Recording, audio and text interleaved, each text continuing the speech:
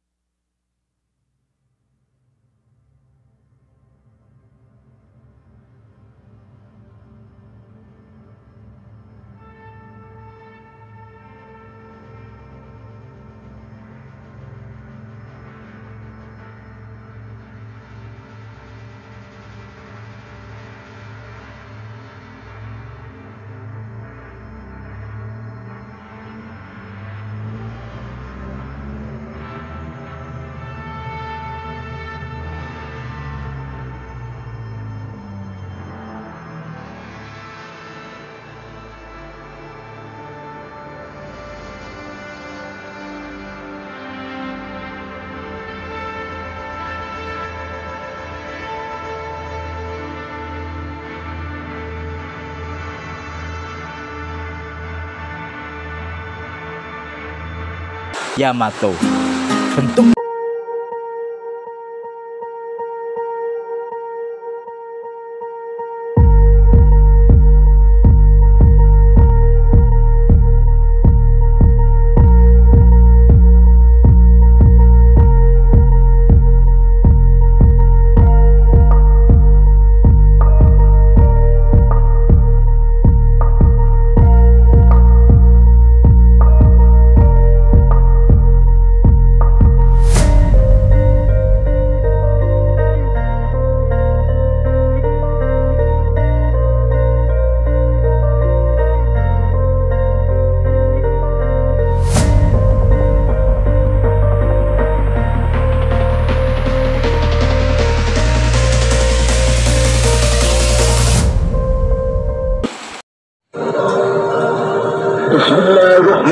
yakin merdeka. Saudara-saudara, rakyat jelata di seluruh Indonesia, terutama saudara-saudara penduduk kota Surabaya, kita semuanya telah mengetahui bahwa hari ini tentara Inggris telah menyebarkan pamflet-pamflet yang memberikan suatu ancaman kepada kita semua. Kita diwajibkan untuk dalam waktu yang mereka tentukan menyerahkan senjata-senjata yang telah kita rebut dari tangannya tentara Jepang. Mereka telah minta supaya kita datang pada mereka itu dengan mengangkat tangan. Mereka telah minta supaya kita semua datang pada mereka itu dengan membawa bendera putih, tanda bahwa kita menyerah kepada mereka.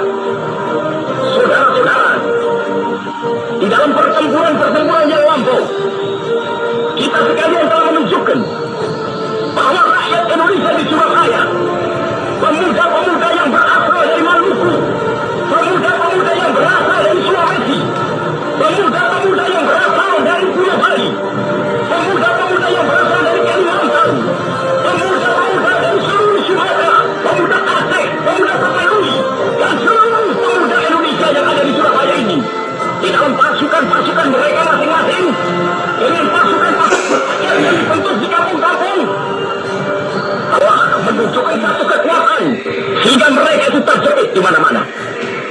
Hanya karena taktik yang licik daripada mereka itu, saudara-saudara, dengan mendatangkan presiden dan pemimpin-pemimpin lainnya ke Surabaya ini, maka kita tunduk untuk memberikan pertempuran. Tetapi pada masa itu mereka telah memperkuat diri, dan setelah kuat, sekarang inilah keadaannya. Saudara-saudara, kita semuanya, kita bangsa Indonesia yang ada di Surabaya ini, akan menerima tantangan tentara Inggris itu. Dan kalau pimpinan tentara Inggris yang ada di Surabaya ingin mendengarkan jawaban rakyat Indonesia, ingin mendengarkan jawaban seluruh pemuda Indonesia yang ada di Surabaya ini, dengarkanlah ini tentara Inggris. Ini jawaban kita. Ini jawaban rakyat Surabaya. Kau mengakui bahwa kita ini akan membawa bendera putih untuk takluk kepadamu. Kau menyuruh kita mengangkat tangan datang kepadamu. Kau menyuruh kita senjata-senjata ini kita merampas dari tentara Jepang untuk diserahkan kepadamu. Tuntutan itu, walaupun kita tahu bahwa kau akan mengancam kita untuk menggempur kita dengan seluruh kekuatan yang ada, tetapi inilah jawaban kita. Selama banteng Indonesia masih mempunyai darah merah yang dapat memiliki tarik dan putih, merah dan putih, maka selama itu kita mau menyerah kepada siapa kita rakyat Surabaya. Siapa? Keadaan genting. Tetapi saya peringatkan sekali lagi, jangan mulai menembak. Baru kalau kita ditembak, maka kita akan ganti menyerang mereka itu. Kita tunjukkan bahwa kita ini adalah benar-benar orang yang ingin merdeka. Dan untuk kita, saudara-saudara, lebih baik kita hancur dulu daripada tidak merdeka. Sebelum kita tenang, merdeka atau mati. Dan kita yakin, saudara-saudara, pada akhirnya pastilah kemenangan akan jatuh ke tangan kita. Sebab Allah selalu berada di pihak yang benar. Percayalah, saudara, atau mati. Dan kita yakin, saudara-saudara, pada akhirnya pastilah kemenangan akan jatuh ke tangan kita. Sebab Allah selalu berada di pihak yang benar. Percayalah, saudara-saudara, Tuhan akan melindungi kita sekalian. Allahu Akbar, Allahu Akbar, Allahu Akbar.